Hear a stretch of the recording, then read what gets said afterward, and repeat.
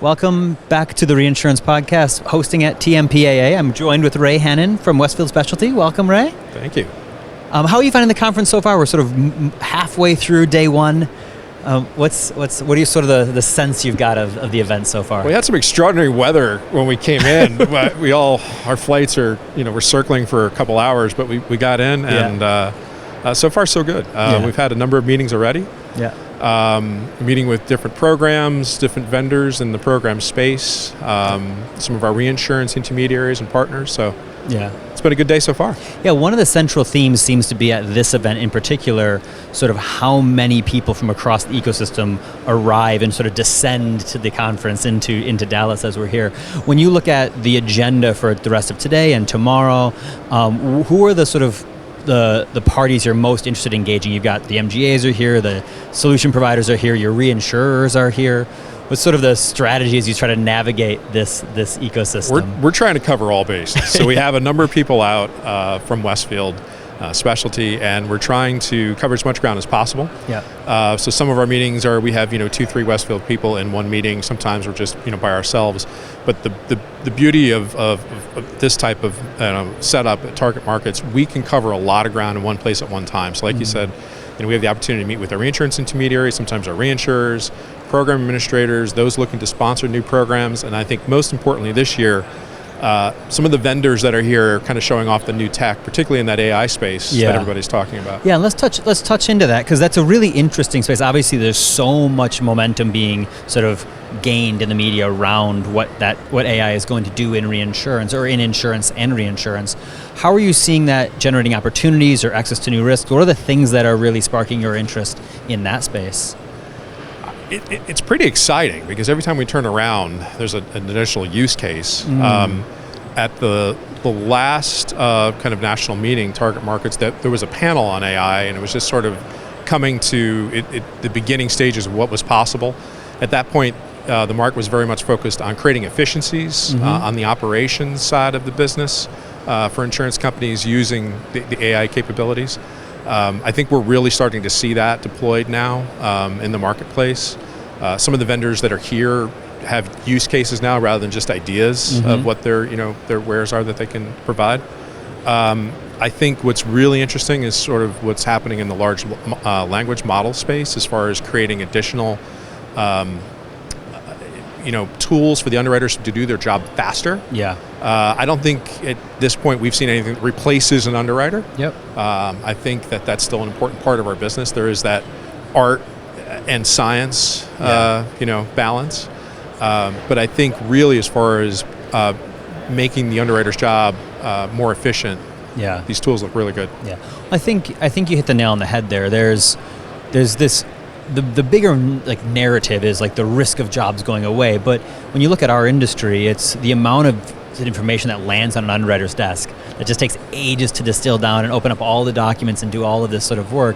If the underwriter can get to the things that they care about more quickly, it just helps them focus their energy. Not only get to the things, but get to the right things. Yeah. To be able to get to the accounts where we've got the best chance of success. Yep. Or perhaps it's not only to do something faster, but to do it better. Yeah. We might be able to have additional analytics in time that just make the underwriter's job have a better result. Yeah, well, and that triaging thing, before the show you were talking about sort of being opportunistic and looking for risks that you can really excel at, and that triaging piece being a really important one, and one it's a really good use case for AI to say, here's 100 submissions, well, which dozen or 2 dozen should you really focus your energy on?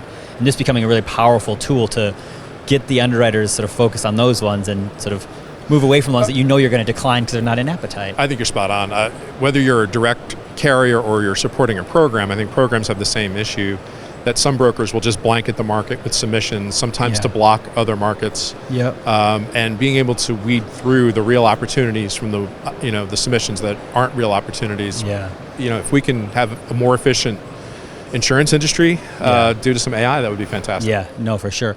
And then what are you seeing happening in sort of the MGA space? There's obviously so many more MGAs being spun up with people who come from industry backgrounds with real expertise and technology. How are you guys seeing that space growing, and how are you thinking about where you support and provide paper for those players?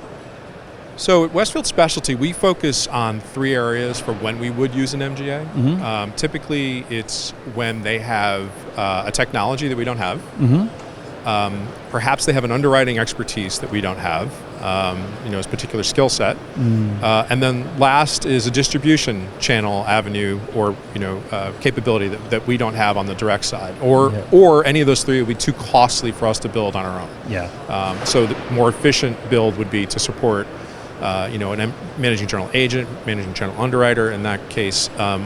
So those are our 3 main reasons why we use programs, and to date, we feel like we've been very successful in picking and choosing the programs we do support. Yeah, because you have both the direct business that you write as well as the MGA channel. How are you seeing the sort of split or the ratio of those 2 sort of components of your business evolving over time? Well, we're trying to grow them all. Yeah. Everything up and to the right. Everything up would be great.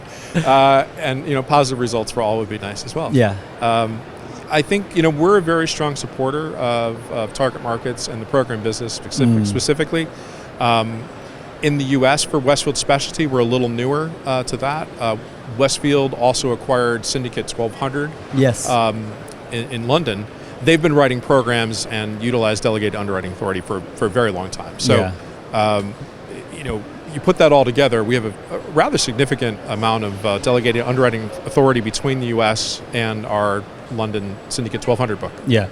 Do you see the MGA route as a channel by which you explore a new segment, but you're not sort of fully convinced to go after it all on your own, to start, but you're kind of a way to sort of dabble in a new sort of category or sector?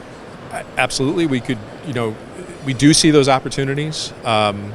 We've chosen to support some of those. So not only do we support, existing programs and look for those programs that are looking for paper, we have backed de novos. We have backed startup programs, absolutely. Yeah. Sometimes it's by ourselves. Sometimes the amount of limited liability that's needed requires more than one insurance company to kind of partner on that. So we can form a quota share facility if it's surplus lines, or maybe engage in sort of an insurance, reinsurance relationship to create the kind of capacity the market needs in that regard. Well, it was another area before we sort of officially started recording. You mentioned the conversations that you're having here and sort of the information gathering you get on how reinsurance is engaging into these sectors. What are you sort of seeing as the sentiment of the reinsurance market in this space? Well, it depends on the line of business, Yeah. right? So we're keenly focused on, staying connected with our reinsurance partners and our reinsurance intermediaries. That's important. No insurer wants to operate blind with regard to those 2 elements. So I think this is a great opportunity for us to talk to a lot of people in a very short amount of time in a concentrated space. So it's a fantastic opportunity for us to gain a lot of market intelligence. Yeah. And then also learn where the opportunities are going to be. So we can plan for 2026 and 27, where we can deploy our capital most efficiently. Yeah, and it's super important because you're right. It's this sort of following the trends so you can plan and be well positioned for those things. When you look at the book of business that you have, you've got the program business that you mentioned, you got the core business there, but also the relationship with the reinsurance brokers and underwriters. How do you think about the role data plays in ensuring that the data that you're presenting to those counterparties helps you get capacity that you need on the reinsurance side? What's the role that data plays in this space?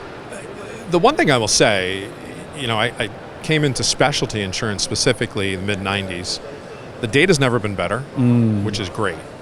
So we also capture a lot more per account today than we ever did at that point in time. So there's more data and there's better data.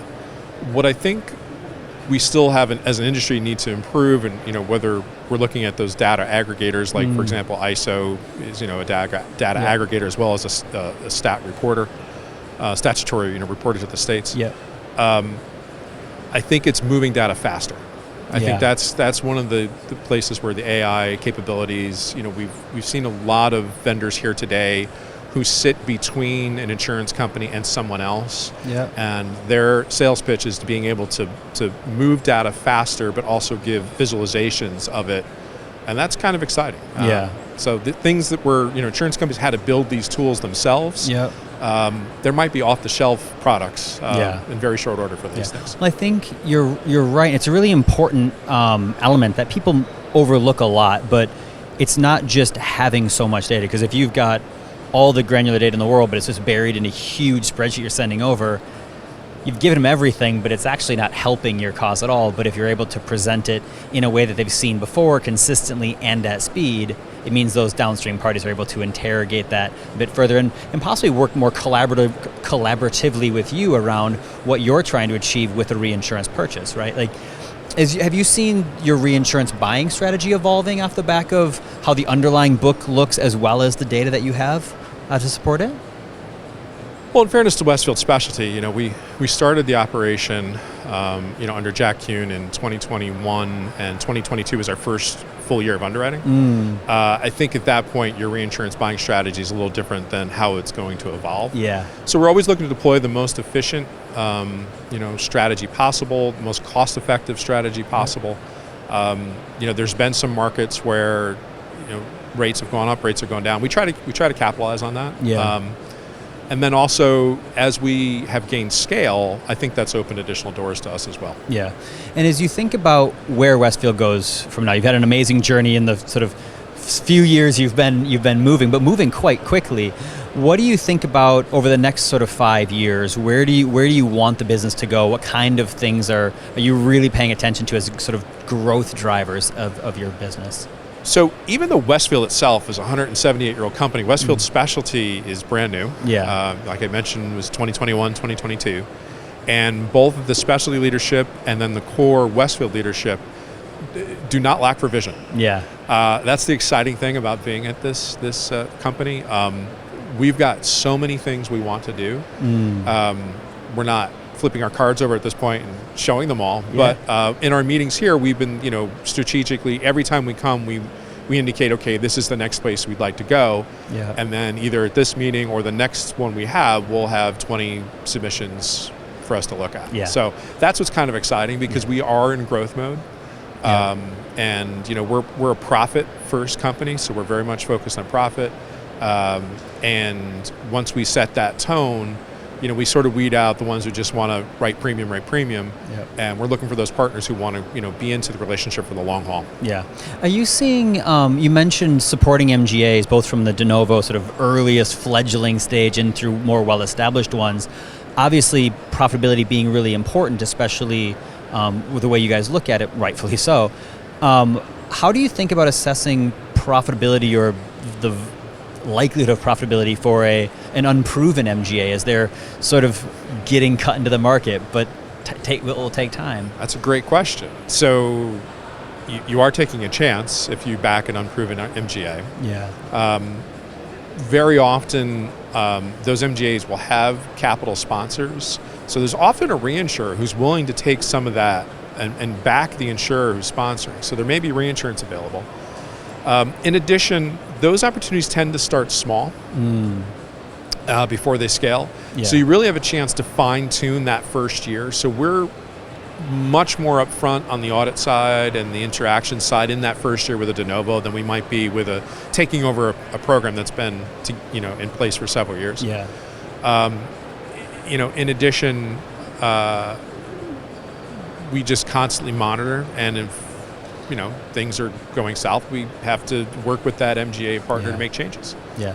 Well, and it helps that for the Westfield Group, this sort of experience you've had over such a long time doing sort of program business, et cetera, because it allows you to, in some ways, guide or mentor those early MGAs. Say, here's the types of things you should be here's a way to approach this, and help improve their likelihood of being successful and profitable, rather than sort of very excitable young founders who might just want growth for the sake of, at revenue at all costs. So that might be a benefit of working with you guys amongst other partners that they might pursue.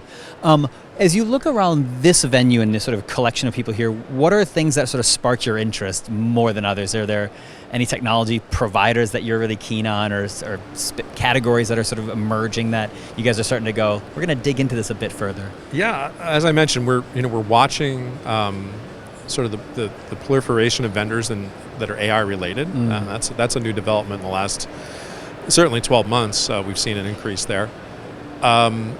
We think that the off-the-shelf tools that are available to programs have increased, which is great. So if you think about the capabilities on the bordereau ingestion side and then the visibility into the bordereau, that's moving between the program and the carrier and then ultimately the reinsurer.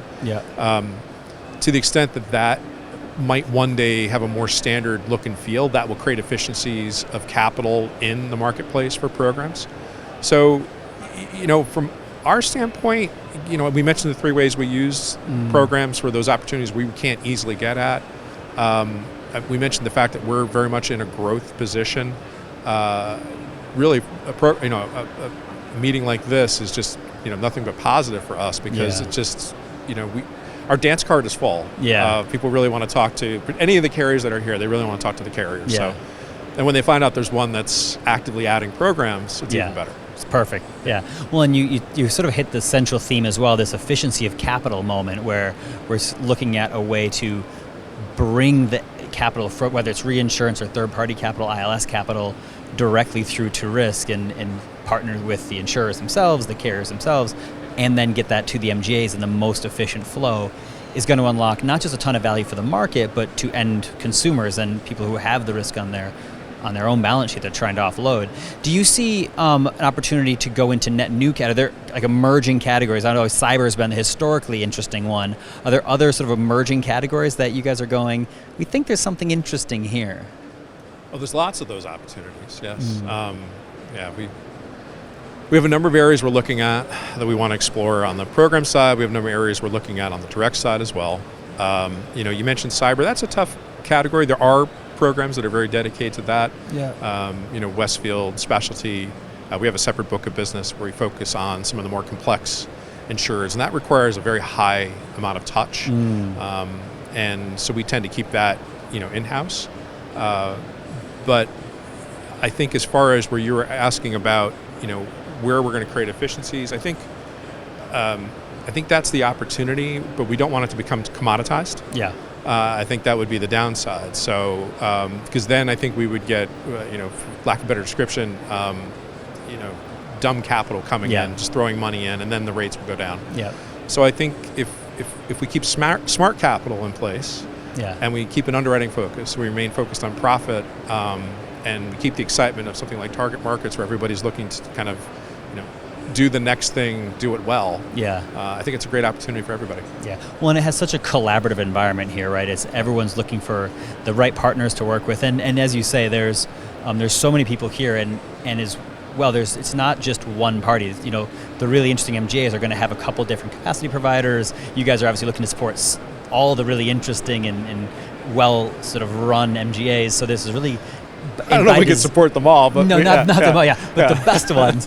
But you have this sort of inherent sort of collaboration mentality, and it makes these kind of events really interesting because everyone's looking for ways to work together rather than sort of heavily competitive, right? It's really interesting dynamic in that sense. So I think you can have both. You can have both. I think you can be a meaningful competitor, and be very focused on profit. And be focused on collaboration with your business partners. And I think that's what's necessary to have a winning strategy. No, perfect. Well, Ray, this has been an absolute joy. Thank you for taking some time to join us on the Reinsurance Podcast. Oh, thank you.